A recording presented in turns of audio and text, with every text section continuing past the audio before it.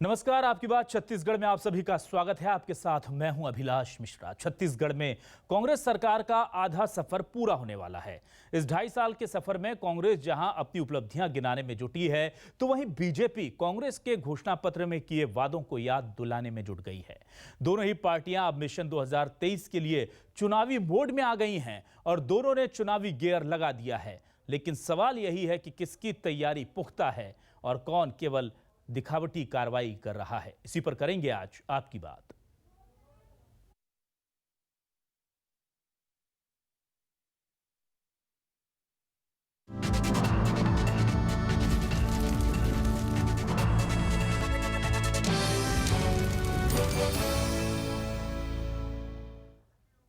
छत्तीसगढ़ सरकार का आधा सफर पार्टियों ने आपको बता दें कि लगभग पूरा करने के बाद दोनों ही पार्टियां, चाहे वो बीजेपी हो या कांग्रेस, उसके बाद अब छत्तीसगढ़ की सियासत को इन्होंने गरमा दिया है।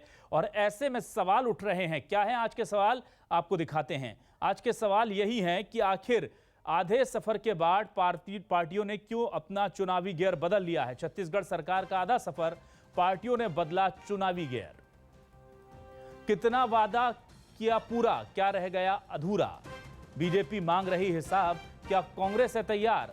मिशन 2023 किसकी तैयारी में कितना दम, यही है आज के सवाल जिन्हें हम पूछेंगे। इस पूरे मामले को लेकर क्या कहना है बीजेपी और कांग्रेस का, यह भी बड़ा सवाल है। तो सबसे पहले दोनों के दावे क्या हैं अपने अपनी तैयारियों को लेकर और एक दूसरे पर हमले किस तरह से हो रहे हैं, आपको सुनाते हैं। पूछे जाएंगे, जवाब तो भूपेश आपको देना होगा। इस कार्यक्रम के तहत वे 36 वादे जो जनता से किए गए थे चुनाव के पूर्व, उन पूरे वादों का हिसाब किताब हम लेने के लिए निकले हैं। जनता को प्रेरित कर रहे हैं और जनता भी सवाल कर रही है भूपेश बघेल जी को, और निश्चित रूप से भूपेश बघेल जी को जवाब देना पड़ेगा। सरकार की उल्टी गिनती शुरू हो गई। भारतीय जनता पार्टी तब तक चैन से नहीं बैठेगी जब तक इस सरकार को सत्ता से बेदखल नहीं कर देगी। छत्तीसगढ़ में 3/4 बहुमत के साथ कांग्रेस की सरकार बनी है। इसलिए भारतीय जनता पार्टी पूरी तरीके से विपक्ष के धर्म का पालन करे। यहाँ पे 5 साल तक कांग्रेस की सरकार रहेगी। 2.5 साल की अफवाह, इस प्रकार की शगुफेबाजी करके भारतीय जनता पार्टी के लोग अपना मन बहलाने का काम।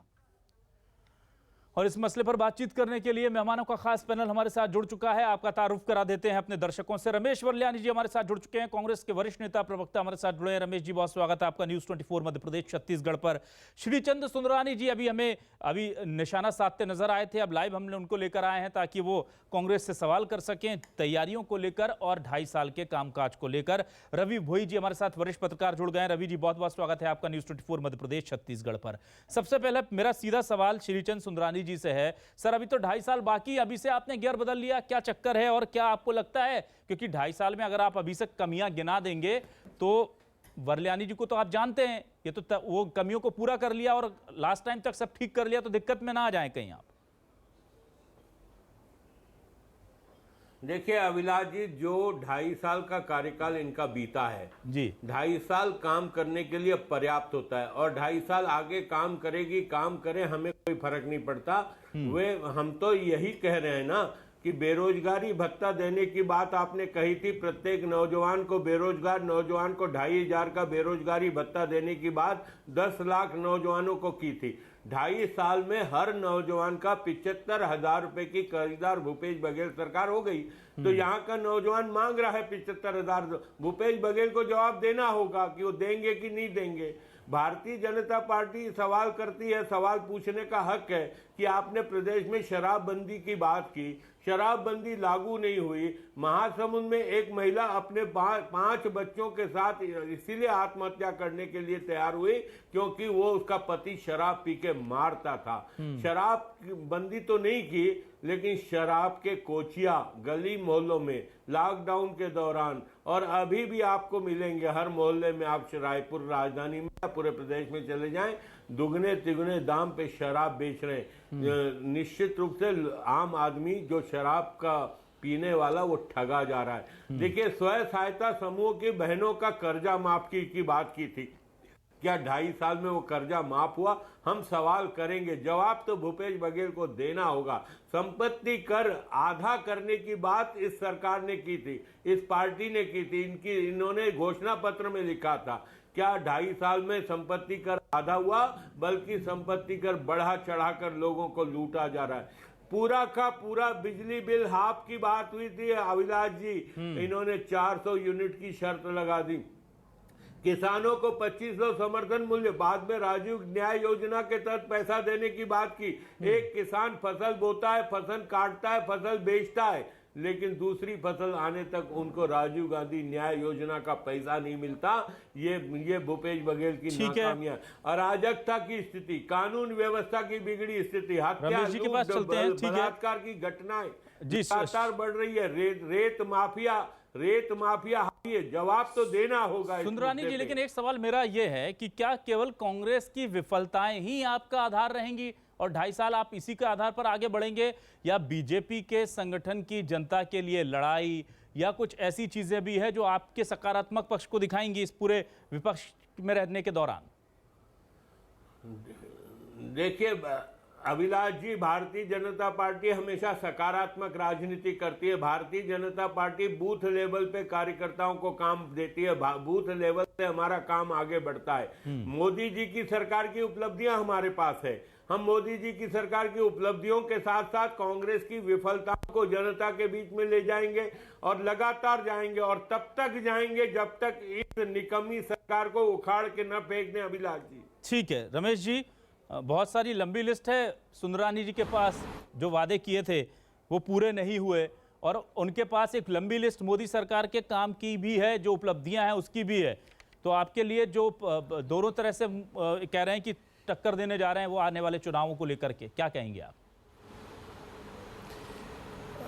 अभिलाष जी, असल में भारतीय जनता पार्टी के नेताओं ने एक रिकॉर्ड बना लिया है। सुंदरानी जी से लेकर पूर्व मुख्यमंत्री डॉक्टर रमन सिंह जी का आप जितने भी भाषण सुनेंगे या प्रतिक्रिया सुनेंगे, एक घिसा पिटा रिकॉर्ड चल रहा है। दरअसल हुआ क्या है, ये भारतीय जनता पार्टी के सारे नेता लस्त पस्त पड़े हुए थे। यानी 15 साल सत्ता रहने के बाद जितनी बुरी गति इस पार्टी की हुई है, ऐसा कभी इतिहास में नहीं हुआ होगा कि 14 में सिमट गए हैं। 15 साल सत्ता में रहने के बाद अपने गिरेबा में झांकेंगे नहीं, दूसरों पर टिप्पणी करेंगे। अरे भूपेश बघेल सरकार ने जितने वायदे किए थे घोषणा पत्र में 60% पूरा किए हैं। हमको कार्यकाल में जो 2.5 साल की बात कर रहे हैं, 2.5 साल में तो 15 महीने निकल गए कोरोना काल में, जिसमें हमको पहला हमारा जिम्मेदारी थी आम आदमी के जीवन की रक्षा करना। प्रवासी श्रमिकों को लॉकडाउन में इन्होंने बेघर बार कर दिया, उनकी व्यवस्था करना, उनको रोजगार देना। बाकी देश के बाकी राज्यों में ऑक्सीजन का संकट था, दवाई का संकट था, बेड नहीं थे, लेकिन भूपेश बघेल की तैयारी के चलते छत्तीसगढ़ में किसी कोरोना मरीज के साथ इस तरह का व्यवहार नहीं हुआ कि उसको ऑक्सीजन नहीं मिल पाया हो, या वेंटिलेटर नहीं मिल पाया, या बेड नहीं मिल पाया हो। हमने आम आदमी की जीवन रक्षा का बड़ा काम किया है। और सबसे बड़ा अभिलाष जी, छत्तीसगढ़ कृषि प्रधान देश है, 70% आबादी कृषि पर आधारित है। तो पहला काम भूपेश बघेल जी ने किया कि गांव, किसान और खेत को मजबूत करने का काम किया। अभी सुंदरानी जी बोल रहे 25 रुपए नहीं दे रहे हैं। अरे 25 रुपए तो हम दे रहे थे, इनकी मोदी सरकार ने उसमें हस्तक्षेप किया कि यदि आप बोनस से ज्यादा जो समर्थन मूल्य है उससे अधिक पैसा देंगे तो हम आपका चावल नहीं खरीदेंगे। ठीक। और भारतीय जनता पार्टी के नेता और इनके विधायक, इनके मेंबर ऑफ पार्लियामेंट मौन साधे बैठ रहे। इनकी हिम्मत नहीं हुई कि मोदी जी को कहते हैं कि साहब छत्तीसगढ़ किसान को फायदा मिल रहा है, इनको देने दीजिए। ठीक है। हमने राजीव न्याय योजना के माध्यम से अंतर की राशि देने का बात किया। आज ये किस मुंह से किसानों की बात कर रहे हैं? ठीक है, आश्चर्य लगता है। ठीक है, रवि जी के पास आते हैं। रवि जी, आदिवासी अंचल में लघु वन उपज का किया। ठीक है, ठीक है सर। रवि जी और मैं कर लूं, जी, रवि जी के पास आते हैं। रवि जी कर रहे हैं मोदी जी की उपलब्धियों की। ठीक है, रमेश जी आते हैं, आपके पास आएंगे। रवि जी, मेरा सवाल सीधा ये है कि अभी आधा सफर पूरा हुआ है सरकार का, और ये पॉइंट तो है रमेश जी जो कह रहे हैं कि उसमें से 15 महीने तो कोरोना से जंग लड़ने में निकल गए।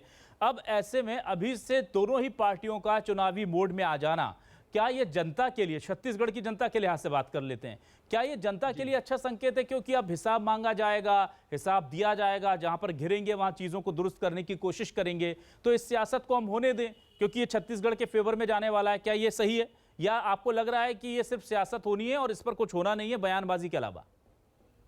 देखिए अभिलाष जी, ये तो अच्छी बात है, विपक्ष की भूमिका भी है सरकार की नाकामियों को या सरकार के गलत काम है जहां सरकार असफल हुई उसको उठाए और लगातार हमला करे, जिससे सरकार को सचेत होकर जनता के हित में काम करे और उस पर एक दबाव बना रहे जी। ये बात सही है कि 15 महीने कोरोना काल रहा, इसमें सरकार को बहुत काम करने का अवसर नहीं मिला जो डेवलपमेंट के काम होने चाहिए।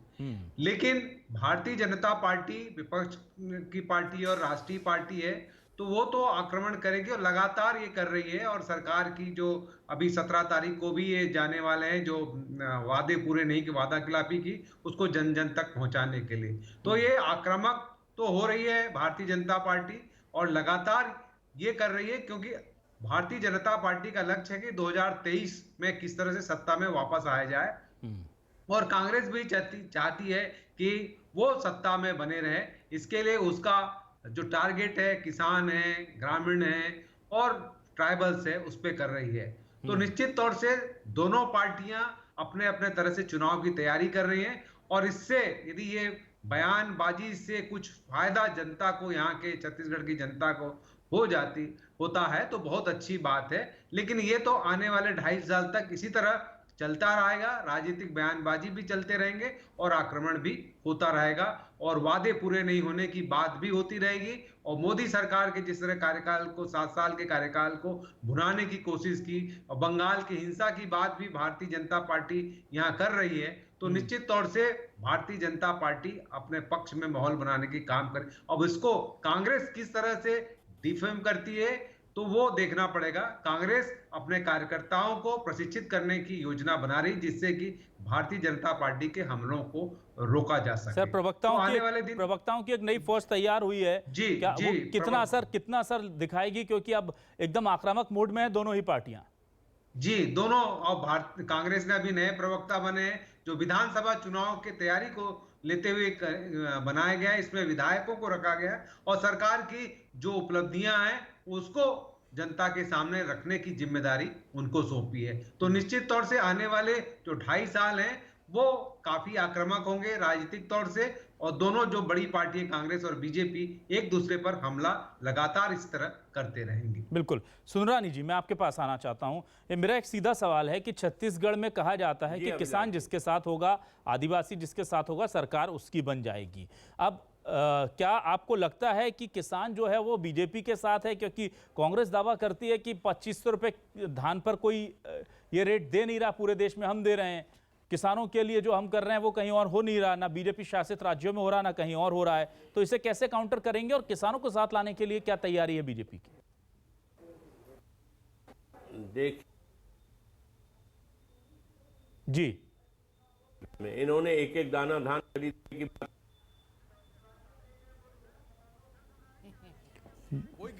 जी। सुंदरानी जी, आपकी आवाज हम तक नहीं पहुंच रही है, कोई तकनीकी दिक्कत है शायद। ये सवाल मैं रमेश जी से ले लेता हूं, फिर इस सवाल को सुंदरानी जी के पास लेकर आएंगे। रमेश जी, आपने किस तरह से किसानों को जोड़कर रखने की कोशिश शुरू की है? हालांकि जो बातें आप करते हैं लेकिन उसमें बीजेपी बहुत सारी चीजें निकालती है, ऐसे कई बिंदु बताती है कि आपने उन वादों को अभी पूरा नहीं किया है। उसे लेकर, किसानों को लेकर खासतौर से क्या तैयारी है? देखिए अभिलाष जी, किसानों को लेकर हम भूपेश बघेल सरकार पूरी तरह समर्पित है और छत्तीसगढ़ का हिंदुस्तान में अकेला छत्तीसगढ़ ऐसा राज्य है जहां किसान खुशहाल है। उसको समर्थन मूल्य से 2500 रुपये क्विंटल हम दे रहे हैं और हिंदुस्तान का किसान दिल्ली के बॉर्डर पर बैठा है 6 महीने से, वो केंद्र सरकार पे जू नहीं रही है। और मैं आपको बता दूं कि 7 साल के मोदी के कार्यकाल को भी जनता देख रही है। मोदी जी ने कहा था कि 15 लाख रुपया विदेशों से काला धन आएगा, देंगे, 1 पैसा नहीं दिया। मोदी जी ने कहा था 2 करोड़ लोगों को रोजगार देंगे, नौजवानों को। 7 साल में 14 करोड़ लोगों को रोजगार देना था, रोजगार तो मिला नहीं, लेकिन 2 करोड़ लोग बेरोजगार हो गए कोरोना काल के लॉकडाउन के चलते में। मोदी जी ने कहा था किसानों की आमदनी दुगनी करेंगे, दुगनी तो हुई नहीं और किसान इतना असंतुष्ट है कि दिल्ली के बॉर्डर पर बैठे हुए हैं। और वैक्सीनेशन पॉलिसी और कोरोना काल में जो मोदी सरकार ने लापरवाहियां की हैं, जिसके चलते लाखों लोगों की जानें चली गई और मोदी जी की इमेज पूरे देश में क्या दुनिया में खराब हुई है, उस इमेज बिल्डिंग के लिए इस तरह के नए नए आंदोलन की रूपरेखा बना रहे हैं। ये केवल मुद्दों से भटकाने के लिए और मोदी जी की जो इमेज, गिरती हुई इमेज को संभालने के लिए इस तरह के आंदोलन की बात भारतीय जनता पार्टी कर रही है। जमीन पे ना इनका आंदोलन चल रहा है, केवल बयानबाजी चल रही है। और कांग्रेस पार्टी मुकाबले के लिए तैयार है।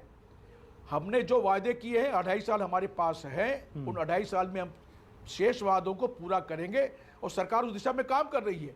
पिछले 4 दिनों से मुख्यमंत्री जी हर जिले में विकास की योजनाओं का शिलान्यास कर रहे हैं, वर्चुअल शिलान्यास कर रहे हैं।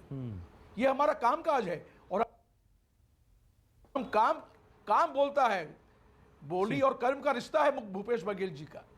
ठीक है रवि जी, यहाँ पर देखिए सरकार जाहिर सी बात है कि अभी आत्मविश्वास से लबरेज है। किसानों को लेकर के लगता भी है, जब हम देखते हैं तो कुछ योजनाओं को लेकर के लगता भी है कि वहाँ अच्छा काम हो रहा है, जो सरकार दिखा सकती है, गिना सकती है। लेकिन एक वरिष्ठ पत्रकार होने के नाते छत्तीसगढ़ को बहुत गहराई से समझने के हिसाब से मैं आपसे पूछूं कि कौन से वो 3 मुद्दे रहेंगे जो बड़ी चुनौती बनेगा, जिसमें अगर मैं गलत नहीं तो एक रोजगार होना चाहिए, लेकिन ऐसे कौन से 3 बड़े मुद्दे रहेंगे सर जो छत्तीसगढ़ में कांग्रेस सरकार के लिए बड़ी चुनौती बनेगा आने वाले 2.5 सालों में? देखिए, चुनौती तो एक तो रोजगार की बात आपने कही, निश्चित तौर से रोजगार की बात रहेगी और जो बेरोजगारी भत्ता का वादा किया था उस पे अमल आने वाले 2.5 साल में यदि कर दे तो ठीक है, नहीं तो चुनावी वादा तो चुनावी मुद्दा रहेगा। दूसरा, भारतीय जनता पार्टी शराबबंदी को बड़ा मुद्दा बनाएगी, क्योंकि कांग्रेस ने अपने घोषणा पत्र में वादा किया था हम शराबबंदी करेंगे, लेकिन अभी 2.5 साल में शराबबंदी के लिए ऐसा कोई प्रयास नहीं किया गया और आने वाले 2.5 साल में कांग्रेस सरकार इसको कैसे करती है ये रहेगा, ये बड़ा मुद्दा रहेगा। दूसरी बात, जो कांग्रेस सरकार की हर तरह से नजर रखी जा रही बीजेपी की तरफ से, जो काम नहीं, जो वादे नहीं किए थे, इसके अलावा जो जिस तरह से आरोप प्रत्यारोप लग रहे हैं, तो एक मुद्दा ये रहेगा कि यहाँ पे चाहे वो करप्शन को बड़ा मुद्दा बना सकती है भाजपा, जिस तरह से आरोप लगा रही। तो ये 3-4 मुद्दे रहेंगे, लेकिन यदि इस 2.5 साल में कांग्रेस इसको ठीक कर लेती है और अपना काम का जो वादे किए पूरे सभी वादे को पूरा कर लेती है, क्योंकि कांग्रेस के साथ किसान अभी जुड़े हुए हैं, गांव वाले जुड़े हुए हैं, ग्रामीण और आदिवासी, जिस तरह से बोनस दिया, धान का 2500 रुपए समर्थन मूल्य दिया, गोबर खरीदी हो रही है, और जो भूपेश बघेल सरकार जो छत्तीसगढ़ियों को टारगेट करके काम कर रही है, वो कांग्रेस का एक बड़ा हथियार है और उसके लिए मुकाबला करना बहुत भाजपा के लिए बड़ी चुनौती है। ठीक, सुंदरानी जी, आप तक आवाज पहुंच रही है हमारी? जी मेरे पास आ रही है। सुंदरानी जी, आप तक आवाज पहुंच पा रही है? जी हेलो जी, सुंदरानी जी, मैं आपसे आ रही मेरे जी आपसे सवाल मैं ये कर रहा था कि क्या आपको लगता है कि कौन से ऐसे 2-3 मुद्दे हैं जिन पर आप कांग्रेस को घेरने जा रहे हैं? क्योंकि किसान न्याय योजना की आवाज आ रही जी, किसान न्याय योजना से लेकर तमाम मुद्दे, आप वो बिंदुवार बता दें कि ये मुद्दे रहेंगे जिसको लेकर के बीजेपी सरकार को घेरेगी।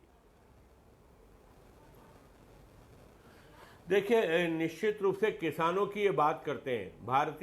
भारतीय जनता आदरणीय वरल्यानी जी अभी कह रहे थे कि किसानों की आय दुगनी या देवड़ी करने का बात मोदी जी ने कहा था। आप देखिए, 55 साल में धान का समर्थन मूल्य 1300 रुपए तक बढ़ा था। भारतीय जनता पार्टी की सरकार ने 7 साल के अंदर 1900 रुपए तक धान का समर्थन मूल्य किया है। तो यही तो है, किसानों को समर्थन मूल्य बढ़ाकर पूरे देश में किसानों को दे। जहां तक ये 2500 की बात करते हैं, 2500 रुपए दे कहां रहे? एक किसान अपनी फसल काटता है, बेचने जाता है, उस सरकार उसको समर्थन मूल्य से पैसा देती है, बाकी पैसों के लिए किस्तों में पैसा साल भर, 1.5 साल, 1.5 साल तक पैसा नहीं मिलता। और आदरणीय वरल्यानी जी कह रहे थे कि 60% वादे उन्होंने पूरे किए। मैं आपके चैनल पे चुनौती देता हूँ, वो 9 मुद्दे गिनवा दे मुझे कि जो 9 वादे सरकार ने पूरे किए। 1/4 25% वादे, सरकार का आधा कार्यकाल समाप्त हो गया, 25% वादे बता दें रमेश वरल्यानी जी, तो मैं मान जाऊंगा। मेरे बड़े भाई हैं, बड़ा मैं सम्मान करता हूं उनका। बिल्कुल रमेश जी, 25% वादे कुछ याद हैं? और भारतीय जनता पार्टी, अभिलाष जी, हाँ जी जी। वरल्यानी जी, आप तक आवाज आ रही है? अब किसानों की बात कर रहे हैं, आ रही है। जी बोलिए। मैं स्पष्ट कर दूं, नहीं, 9 वादे गिना 25 दीजिए, 9 रुपया वादे, नहीं दे रहे हैं, बोलते 9 हैं। पूरे किए, अरे वो गिना केंद्र दीजिए। सरकार, अरे नौ, मैं आपकी मूल, अरे पहले मूल मुद्दे पे तो आ जाइए। किसान, सबसे बड़ा मुद्दा किसान है। आपने कहा समर्थन मूल्य से ज्यादा नहीं दे रहे हैं। अरे हम तो 2501 मुश्त देने को तैयार हैं, लेकिन आपकी केंद्र की सरकार बोलती है कि यदि समर्थन मूल्य से 1 रुपया ज्यादा भी दिया तो आपका धान से जो चावल बनता है नहीं खरीदेंगे। आप लोगों ने एक शब्द नहीं बोल पाया। डॉक्टर रमन सिंह ने कहा था आपके घोषणा पत्र में 2100 रुपये में हम धान खरीदी करेंगे। केंद्र चावल खरीदना चाहता उतना दे नहीं पाते। पिछले साल 2 लाख मीट्रिक टन चावल कम दिया, बोनस दिया। अरे नहीं, क्या बात करते हैं? अरे हम तो विपक्ष में अरे आ गए। आप लोग कब तक झूठ की राजनीति करेंगे? रह गई, कब तक झूठ की राजनीति करेंगे? नहीं, अरे कब तक झूठ की राजनीति करेंगे भाई? आप महंगाई कितनी गई, पेट्रोल डीजल के भाव कितने हो गए? आपको 9 वादे आपने पूरे किए, ऐसे गिना दीजिए मुझे। 100 रुपए के पार हो गया। खाने का तेल 100 रुपए के अरे पार वो हो गया। पेट्रोल डीजल बाद में, आप 200 रुपए हो गई। छत्तीसगढ़ में 9 कौन से वादे पूरे किए बता दीजिए। ठीक है सर, बजट बिगड़ गया। रमेश सर, श्रीचंद जी, रमेश जी, वक्त खत्म हो गया सर, वक्त खत्म हो गया सर, वक्त खत्म हो गया। बस रवि जी, बिल्कुल 30 सेकंड में आपका लास्ट रिएक्शन में चाहूंगा। क्या आपको लगता है कि सियासत की भेंट चढ़ जाएगा ये टकराव भी, या इस समुद्र मंथन से कुछ अमृत निकलेगा और छत्तीसगढ़ की जनता को जो वादे किए गए हैं वो पूरे होंगे और छत्तीसगढ़ की जनता हिसाब मांग पाएगी लोगों से?